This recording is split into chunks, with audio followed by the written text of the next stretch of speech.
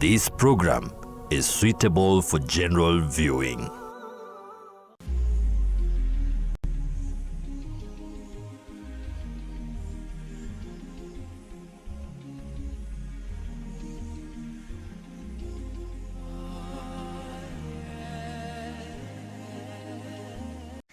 Assalamu alaikum wa rahmatullahi wa barakatuh. A very good evening. My name is Faisal Kassim and welcome to the live Real Talk. It's live, it's real, and we're here in the studio having a conversation.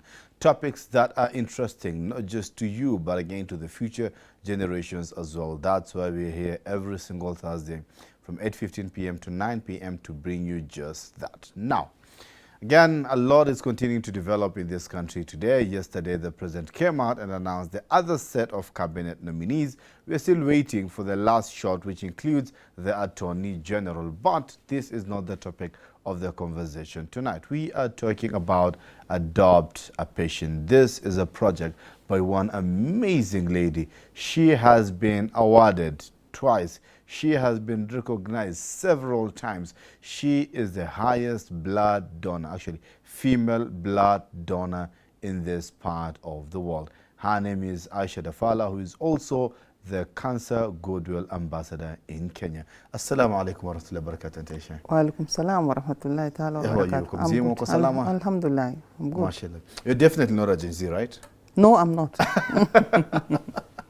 But mothers to millennials. Yes. A mother to millennials. Yes. Karibu sana. We are so honored to have you in studio tonight. Thank you too. Yes. Adopt a Patient. It's something that you told me briefly as we were discussing about this show the other day in the office. And maybe just for the sake of our viewers tonight, what is the project Adopt a Patient all about? Okay, Adopt a Patient is something I've started. I'm adopting a cancer patient. Just to see that when he starts his medication, he doesn't miss out blood or platelets. Because you see, when a patient for cancer, blood is food. Yes. For the cancer patient. I can imagine, particularly leukemia, maybe. Yes. So when he's going for a session, he needs to be transfused blood, or after the session, he has to be transfused blood. So some of them, they are being delayed because of the lack of platelets or blood.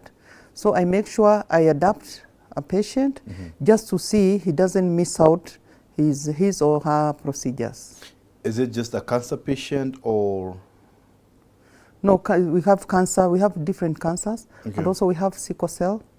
And we have also dialysis for people who go for dialysis. And right now I've also started something in Pumwani maternity because we have mothers who are, sometimes they are being admitted in the hospital and there is emergency and there is a need of blood. So some of them, their surgeries are being suspended because of lack of blood. So that's why I talked with the management of Pumwani just to have a blood donation center in Pumwani Maternity Hospital. And you know Pumwani is a referral hospital, so we have a lot of people who are being referred to come for the treatment in Pumwani Maternity. Aisha, where exactly is the mismatch? I know you being the highest female blood donor and you've been advocating for blood donation for very many years. I mean, I think since I knew you as the blood donation ambassador, you know. And we have advocated and called people to come out severally to come and donate blood. And even the other day we saw the Medics for Kenya coming out and holding one of the largest blood drives in the country. And we saw a lot of blood being donated. But again, every other time we see a blood appeal on our WhatsApp group, on Facebook, on Twitter, or sorry, X now, on Instagram, all social media handles, we come across blood donation appeals. Yet at the same time, as you told us, you're having a blood donation camp every day at Pumwani Hospital. So where exactly is the mismatch? No, just to let you know that we cannot say we need 100,000 pints. What we need, it's 100,000 regular donors. Because we cannot say we need 100,000 pints and every day, everything, we have cancer, we have mothers giving birth, we have accident happening. So we need people to be there, that continuity of donating blood, just to make sure that we are having blood regular donors to be donating regular. Like for a male, you can donate after every 3 months, and for a female, you can donate after every 4 months. Oh, okay. Yes. Okay. So this adopter patient, how exactly does it work to connect the donors or the blood that is being donated to the actual patients to ensure that these patients actually get the blood that was donated or intended for them? Okay, what I'm doing is since I started donating blood and I found that whatever I'm donating is not enough, it's why I decided to have a blood donation drives. So I have my WhatsApp group for regular donors. Regular donors are those male after 3 months, female after 4 months. So there are other groups where we have appeals. So I normally receive those appeals, and that's when I identify a patient. So I make sure I talk to the contact person and just to tell me which hospital the patient is and when he's going for the medication, and to make sure that blood is there. Within my WhatsApp group, we identify the donors who adopt a single patient.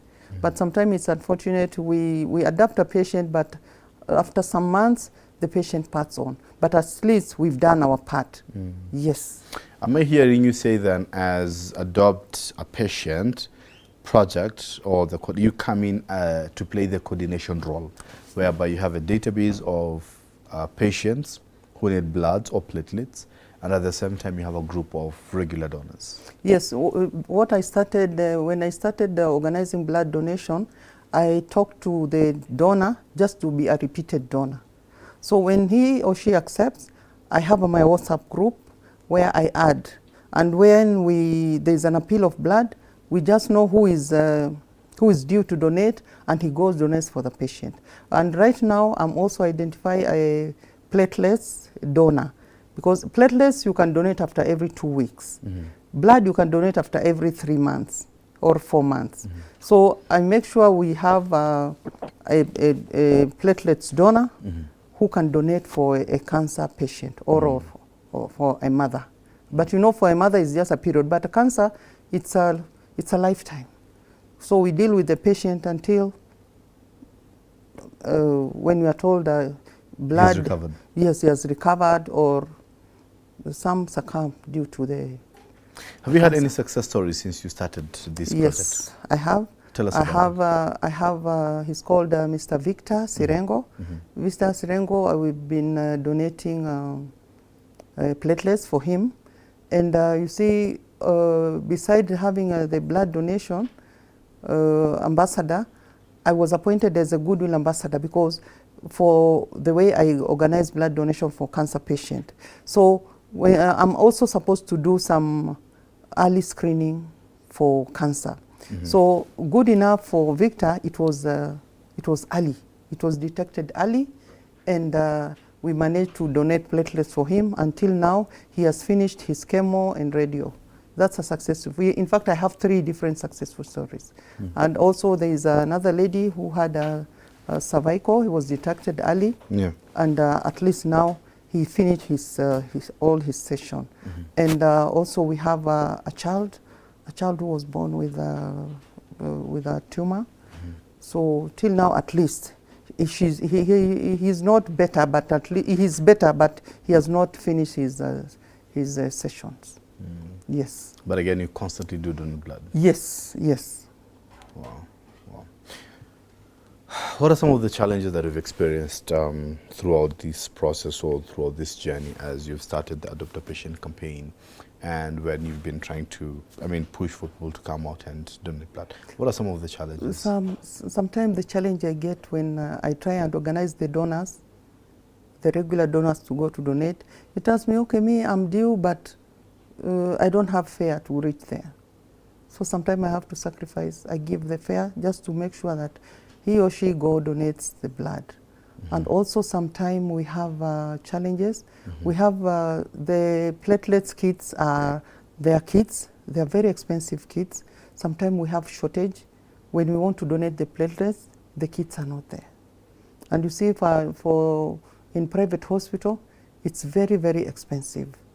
Yeah, some it's 40,000, 30,000.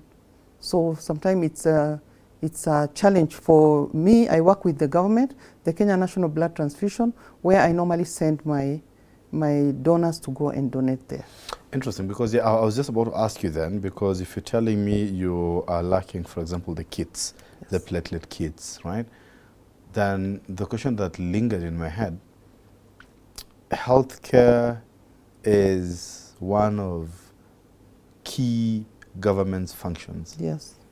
And primarily, they should help us to take care of our health. And thus, the reason we have the likes of the National Health Insurance Fund, that it is mandatory for everyone who's employed, especially under formal employment, to be deducted the NHIF fee.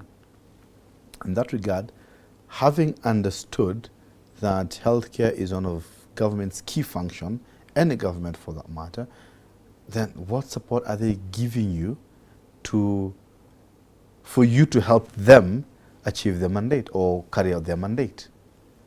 No, what I do, government normally they just give you a title. So whatever project I'm coming with, I have to source for the funds for me to achieve my goals. But the kids, something like the kids, yeah, isn't it something that they can provide easily to you? No, you see, it's quite a challenge because you see that for that kit it's 33,000, you can imagine. And you just use it once. Each donor use it once. But the government is providing, but I think it's not enough. It's but providing. I think it's a necessity. Yes, it's 33,000, I'm thinking. Yes. It's 33,000 granted. It's expensive, yes. It's used only once, yes. But is it a necessity? Yes, it is. Exactly. Yes. So you have no option. We cannot go around it, right? Yeah. So what happens? Like last time when I had several cancer patients who needed platelets. I had to talk to the regional manager for blood transfusion in the eastern region, just to supply, to bring us here in Nairobi. And we managed to, he sent 18 packs, 18 kits. Yes. Yeah, there's that. So with my capacity, I normally talk to the regional managers. Whoever has the kit, he just send it to Nairobi. Yes. And we make sure, because the cancer patient, they suspend their treatment because of lack of platelets. Yes. Wow, interesting. So, I mean, what are the A, B, C's, and D's or for anyone who would want to donate blood? Because people may want to donate blood, but again, they may be afraid. Others, they may have the intention, but they don't know if they qualify. Others don't even know. So basically, what you are really speaking is all about awareness. So awareness and sensitization. So what's required, who qualifies to donate blood, and how do they donate blood, and where do they donate blood? Okay, you're supposed to be 16 years to 65 years, and you have to be 50 kgs and above. And for a female, you don't have you don't have to be pregnant or breastfeeding. You cannot donate blood. For males, you just be to be over 50 kgs and no medication, under no medication. Then you qualify to donate, and we have different satellites in different regions. One started in Pumwani, we're having in Mbagathi, and we have in Kenyatta National Hospital. Although normally I say you cannot find a blood donor in a hospital. Blood donor, a regular donor, you can find in malls, in the CBD, in the market. So what I'm doing, I'm also reaching out just to go and do blood donation outside, within the CBD or in the malls or in the market. Because you can never find a blood donor in the hospital. In the hospital, you find patients. Wow. And what is happening now, we are having the replacement donor. Replacement donor is where we have relatives or friends you are coming to donate for your patient, on which we want to abolish that, just to see that we are having enough blood, not to call for somebody to come to donate for his or her patient. So you should have enough in the bank. Yes, yeah, that's what, so that that's what we are working on. Is in need, blood is there. And just to let you know, 2019 I was invited in Rwanda as the highest female blood donor. And I was taken round to the center. And in Rwanda, bloods are on the shelves, waiting for patients. But here we're having patients in the ward waiting for blood. For them. And you see, sometimes you can have a patient who maybe has secured a surgery for a whole year. So when the appointment has reached, he's in the hospital, he's in the ward, he's told, okay, we don't have blood, just go, we'll call you. And mind you, blood is not that, it's not a plant that like maize or potato is being planted. Blood comes from human being. So what happens? The patient dies because the blood can never be found. What? Yes. So he just go and die. Interesting that we do not see it with the picture that you're trying to paint, from that point of view that you're trying to paint for us right now. As you're just seeing a blood donation appeal, a blood drive appeal that's coming out there, but I don't think Kenyans really comprehend the impact of the blood. No, just to share with you, sometimes back, I was called, somebody tells me, oh, I have a relative who is in need of blood. And what I do, I normally start mobilizing my people. So the relative calls me, tells me, you know, we want a blood from a certain tribe. So I told him, I cannot do that. Because remember, even if I mobilize the blood, what they do, you know, as a blood bank, the blood which is there right now is a blood which has been donated by a relative for the patient to be given. Yeah. So as you are in need of blood, sometimes that blood is given to a patient for the relative to replace. So you cannot never have the blood which has been donated direct to you. It has to be a replacement donor who donates, and the blood is being replaced. But I'm sure the blood is taken through screening. Yes, because, I mean, yes. I can imagine. I don't know the person. I don't know the motive or the intention of that person, but I can only imagine maybe they were just cautious about maybe the health effects. Yes. I don't know. What maybe happens when we do blood donations? Normally there are two tubes if they are being taken. One is for the grouping, and one is for checking we check HIV and AIDS, hepatitis A, B, and C, and STIs. So the government spent $100 in each pack just to make sure that the blood is safe to be given to the patient. Yes. $100 is used to every pack. So are these things then done before, like for example, if someone goes for blood donation and they're not sure about their status, so what happens? Are they tested first? No. Or they just extracted the blood and then thereafter is when the test will be done? What happens? Yes, what happens when you are a regular donor, when you come to donate, the blood is just taken direct, then the test is being done, then after a week you are getting your results.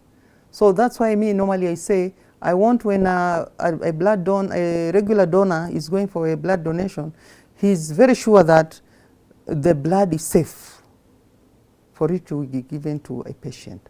Like me, when I go to do the platelets, you can imagine when I'm doing the platelets donation, there's somebody who is waiting, as I told you, for the cancer patient. So what normally happens, when I'm donating, they take the sample there and by the time I finish donating the platelets, because the platelets is like 1 hour, the process is 1 hour.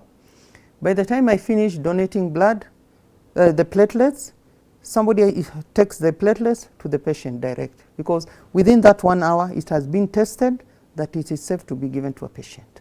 And you cannot donate platelets, because I told you the kits are 33,000. So when you go donate platelets, you have to be tested before you start donating. And the test is done on site, or it's done before even you go into the site? No, like when you want to donate the platelets, the sample is taken, then you go for, it takes a day, then when you come, you are called to come and donate, because if the blood is safe. Wow. Yes. Wow. But like if you are a regular donor, sometime They know the way you've been living. Like me, when I go, they don't take the sample. I just, because they already know you. They know me, and me, I have the confidence. So normally I just donate the direct, the platelets. Yeah, they don't test me. You're just telling me that you donated blood for your 94th time. Yes, on Monday I did my 94th platelets. You know, platelets is just counted like blood. Okay. Because you see the platelets I donate, it's like it has been extracted from 6 to 8 pints of blood. What? Yes, when you are doing it's called apheretic machine. When you donate the platelets with the apheretic machine, the platelet is so concentrated that it's not like the manual. It's been done on manual, but when it's for the apheretic, what I donate, it's like it has been extracted from 6 to 8 packs of blood. Wow. So on Monday I did my 94th time for the platelets. So you know, when you donate platelets, it's just the same as blood. Do you have a certain target that you're aiming at achieving? No, I had a target of doing 70. And you surpassed it by 24 now? Yes, because I felt that if I'm not donating, who will donate? And we have still people who are in need. So I was told I can do till I'm 70 years. Right now I'm 61. I'll be 61 in December. Wow. So you have 9 more years. I have 9 more years. Like, do you have a target in terms of the number of times? No, I don't have a target. So I'll just do whatever. As much as possible? Yes. Because there's somebody who is in need. What inspired you, Aisha, for, I mean, the very first time you were at home or at work or whatever you were, and you decided to walk to the blood donation center and donate your blood? What inspired, what really happened? I'd really like to know, and I'm sure the audience would really love to know. Just to share with you, when I was in Form 3, the National Blood Transfusion came to our school, and I donated. It was my first time when I was in Form 3, and we had the bread and soda. Mm. So there was that peer pressure, and there was bread and soda. So I wanted to donate blood and have the bread and soda, but unfortunately I didn't have the bread and soda. Oh. When I donated, I lost consciousness. So when I woke up, my parents were beside me, and I was taken to the hospital because they were worried. So when I went there, there was nothing wrong. You know, to donate 500 ml is not a joke. I can imagine. Yes. So when we were going home, we're in the car, my mother asked me, the blood donor, sarcastically that was, what do you want to eat? So the bread and Fanta turned to be chips and chicken. So they bought me, but my mother asked me, did you have to go donate blood to come and ask for chips and chicken? So I was really scolded, but I was doing it secretly. Mm. Just secretly. So one time I was working then. I have a friend of mine whose brother had gotten an accident. He was in Mata Hospital. So that lady didn't know I'm donating blood. He just came and said, I have my brother who has gotten an accident. Just go donate for my brother because we are so close. Mm. So I went to Mata. And like you see in hospitals, you are tested first. Everything. You seen it from 3 this time? No, I was working then. Okay, okay. So after Form 3, you didn't donate again? I was just on and off, but not like. Okay. So, but that was 1986 now. Wow. So that friend of mine, when she took me to the Mata Hospital, the brother was in the ICU. So she took me there. Then I went to the lab. Then I donated. So ever since, I have that flashback in my mind. Mm-hmm. I know there's somebody who is in need of blood, and I can go donate. And also, you know, when I donated for the brother, he got the blood, but he didn't get enough blood, and he passed on. Mm-hmm. So whenever I remember that, that's what makes me go donate blood. Wow. What an inspiring story. I'll ask you to hold it there. What an inspiring story right here on Horizon TV Live Real Talk. Aisha Dafala, the very first time she donated blood, and what keeps her going, what keeps her pushing, what's stopping you, what's holding you back. As you're pondering on that question, we are due for a fast break right here on Horizon TV. Keep it locked, because after the break, we want to know, so what is the future for Adopt a Patient, and how can you back there at home take part? Please do not touch that dial.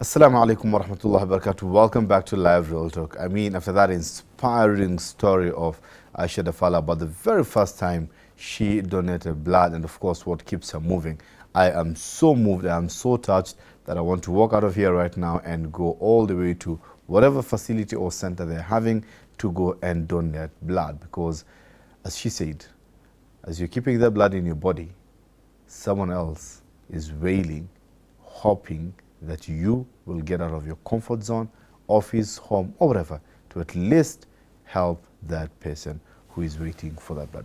Aisha, what's the future of Adopt a Patient?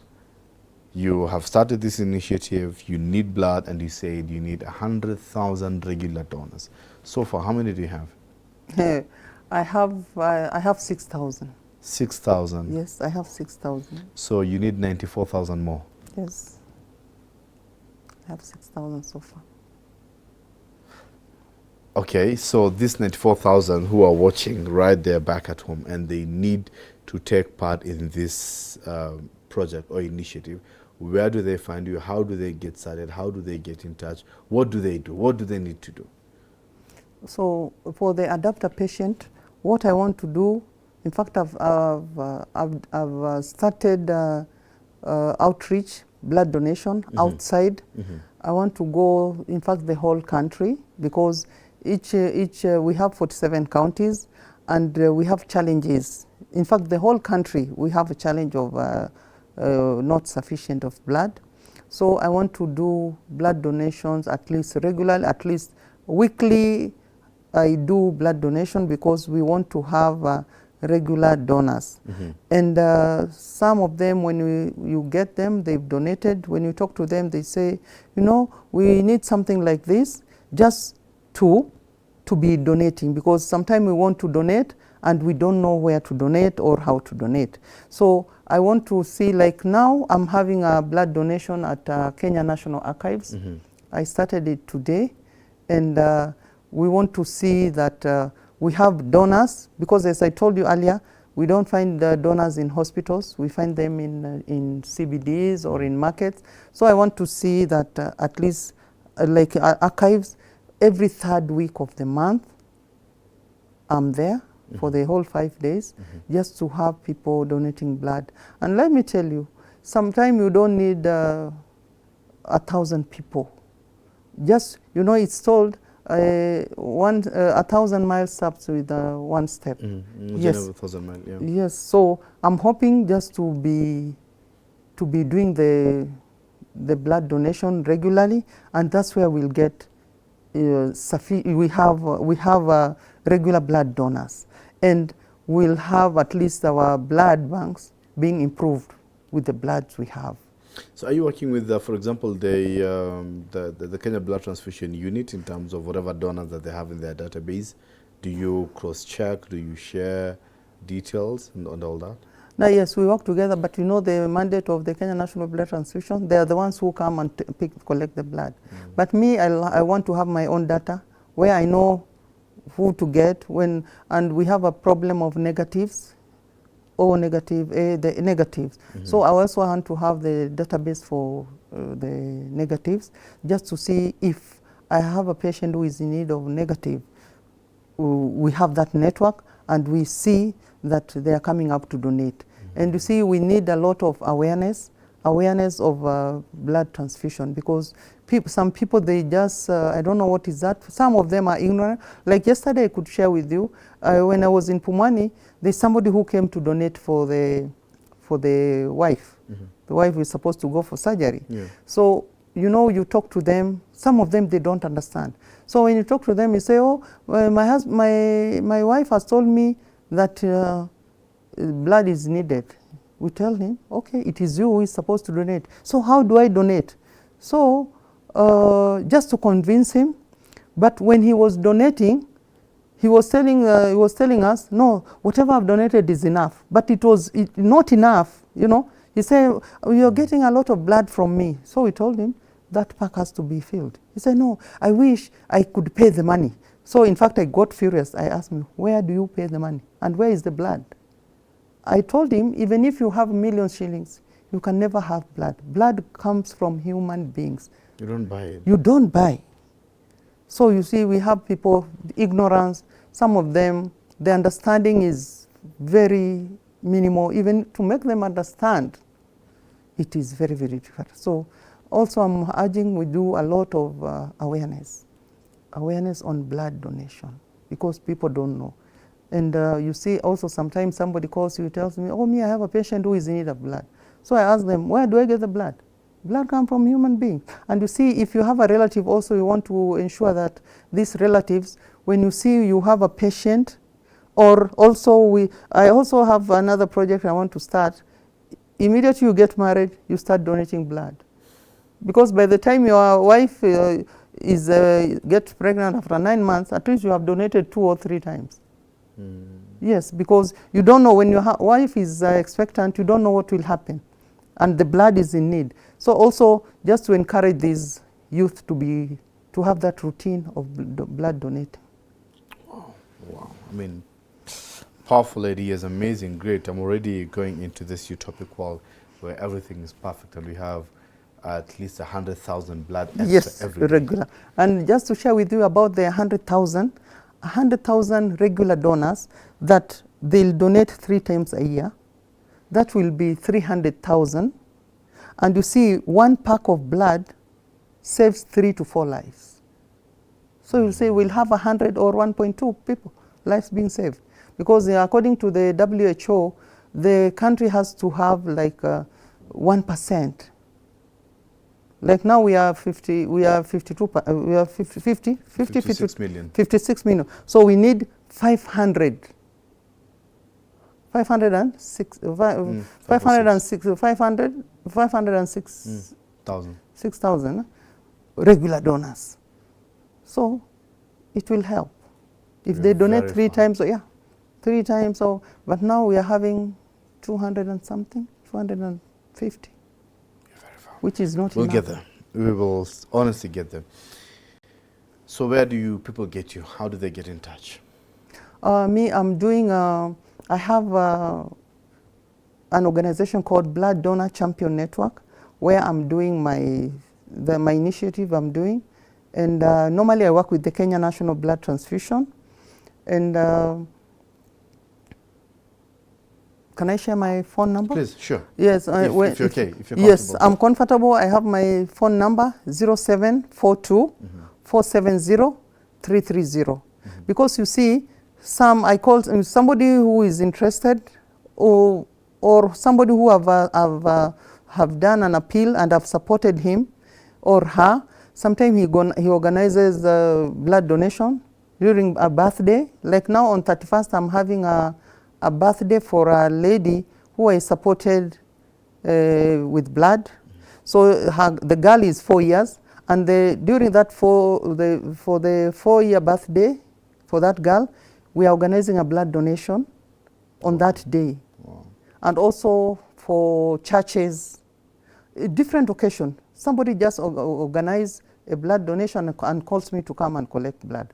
Also, I need people support me, because normally as I organize, I can go to anywhere, anytime, any part of the country and organize a blood donation.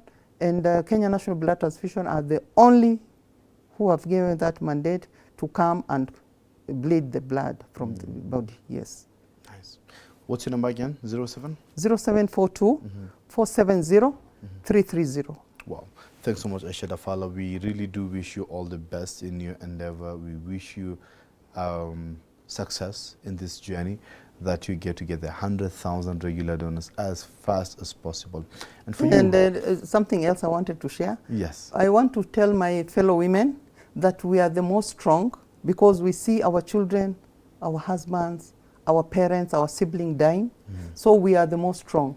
So normally I say, tears can never save a life. But if you have donated blood, it will save a life. Wow. Tears can never save a life. But blood can.